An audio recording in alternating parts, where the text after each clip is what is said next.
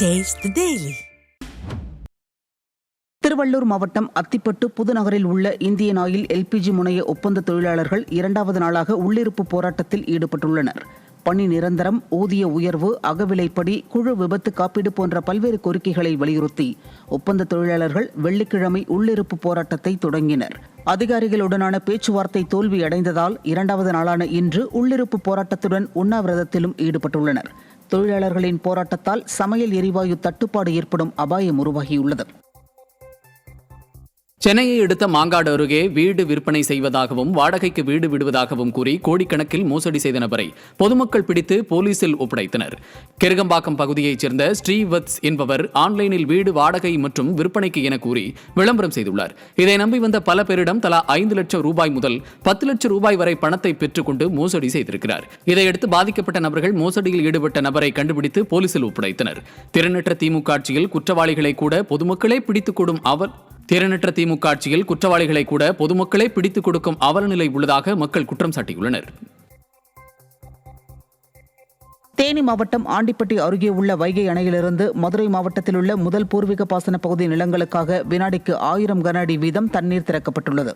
முதல் 6 நாட்களுக்கு மொத்தம் 428 மில்லியன் கன அடி தண்ணீர் வைகை அணையிலிருந்து திறக்கப்பட உள்ளதால் தேனி, மதுரை மாவட்ட வைகை ஆற்றங்கரையோர மக்கள் ஆபத்தை உணராமல் வைகை ஆற்றில் இறங்க வேண்டாம் என்று எச்சரிக்கப்பட்டுள்ளது. திருவண்ணாமலை 36வது வார்டு பகுதியில் குப்பைகளை அகற்றாமல் கழிவுநீர் தேங்கி சாலையில் ஓடுவதை கண்டித்து பொதுமக்கள் சாலை மறியலில் ஈடுபட்டனர்.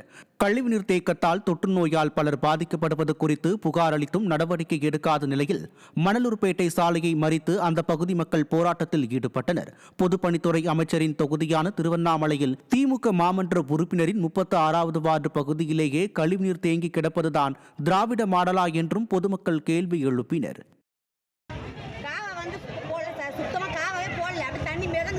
மழை பெஞ்சானாக்கா ஃபுல்லாக தண்ணி இது வந்து மொண்டு ஊற்றி நிற்கிறோம். இந்த வீடியோ கூட எடுத்து வச்சிருக்க மாதிரி நீங்கள் கூட பாருங்க.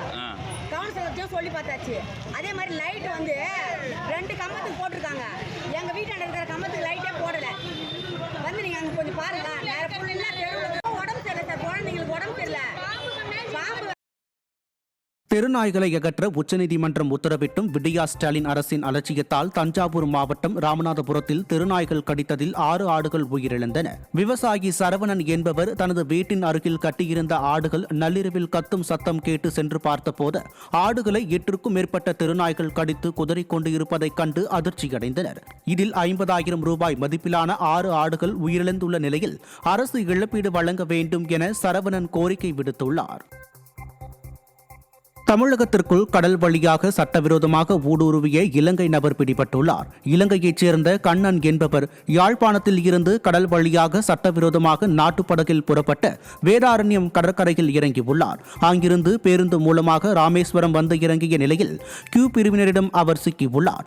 விடியா ஆட்சியில் கடலோர காவல்படை முற்றிலும் செயலிழந்துள்ளதால் இலங்கையில் இருந்து கடல் வழியாக கஞ்சா உள்ளிட்ட போதைப் பொருட்கள் கடத்தல் அதிகரித்ததுடன் சட்டவிரோதமாக குடியேறுபவர்களும் அதிகரித்துள்ளனர்.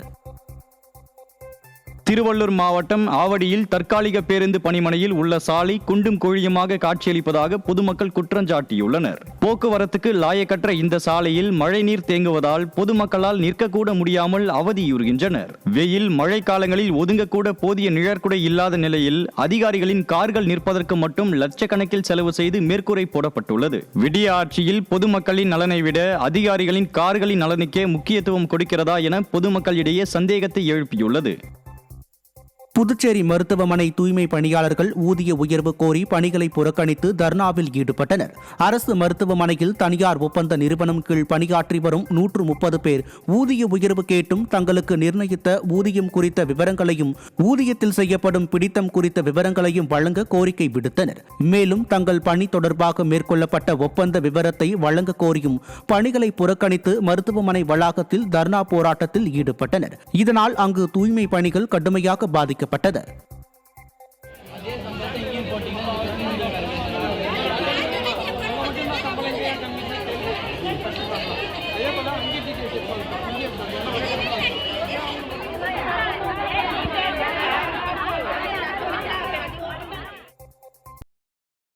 கோவையில் தனியார் ஐடி நிறுவனத்தில் பணிபுரியும் பெண்களின் லேப்டாப்பை திருட்டு ஆசாமி திருடிச் செல்லும் வீடியோ வெளியாகி அதிர்ச்சியை ஏற்படுத்தியுள்ளது. ஈச்சனாரி அருகில் ஐடி பார்க்கில் பணிபுரியும் இருவர் சுந்தராபுரம் மதுக்கரை மார்க்கெட் சாலை தனியார் விடுதி ஒன்றில் தங்கி பணிக்கு சென்று வருகின்றனர்.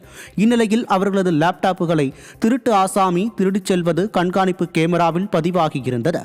இதை கண்டு அதிர்ச்சியடைந்த பொதுமக்கள் விடியா திமுக ஆட்சியில் பொழுது விடிந்து பொழுது சாய்ந்தால் திருட்டு உள்ளிட்ட குற்றங்கள் தொடர்கதையாவதாக சாடினர்.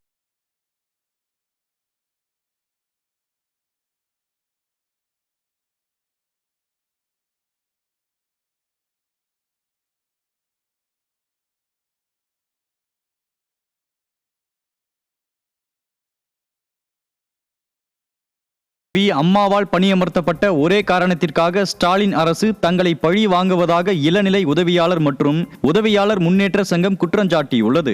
சென்னை எழும்பூரில் உண்ணாவிரத போராட்டத்தில் ஈடுபட்ட அச்சங்கத்தினர் தாங்கள் கடந்த 2003ஆம் ஆண்டு அம்மாவால் தொகுப்பூதியத்தில் பணியில் சேர்க்கப்பட்டதாக தெரிவித்தனர்.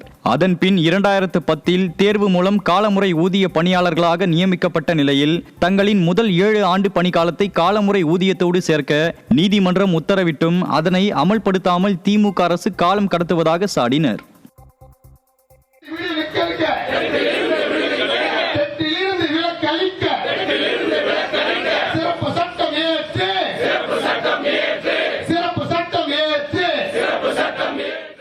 கோர்ட்டோட அத்தனை கடைகளும் சட்டப்படியா தட்டிட்டு எதுவுமே முடியாத சூழ்நிலையில இது அத்தனையுமே கெடுத்து கொண்டிருப்பது தமிழக அரசின் வழக்கறிஞர்கள் தமிழக அரசுடைய ஒத்துழைப்போட தான் இது நடக்குது.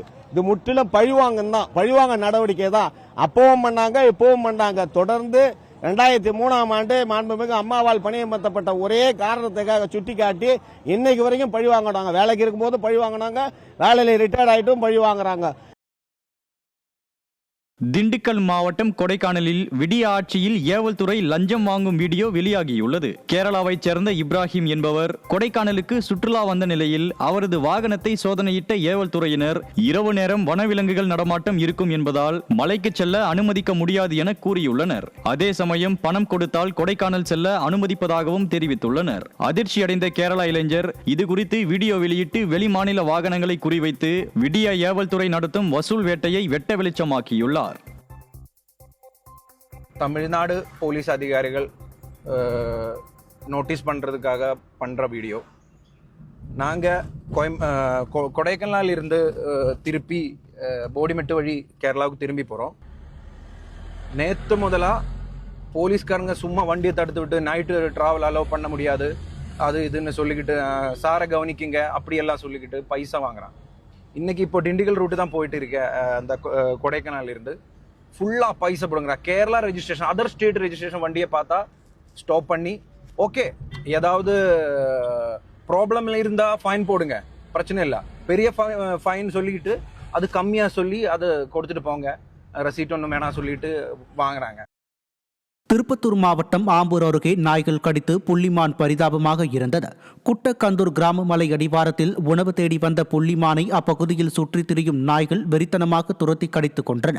இதையடுத்து இறந்த மானின் உடல் பிரேத பரிசோதனைக்காக கொண்டு செல்லப்பட்டது.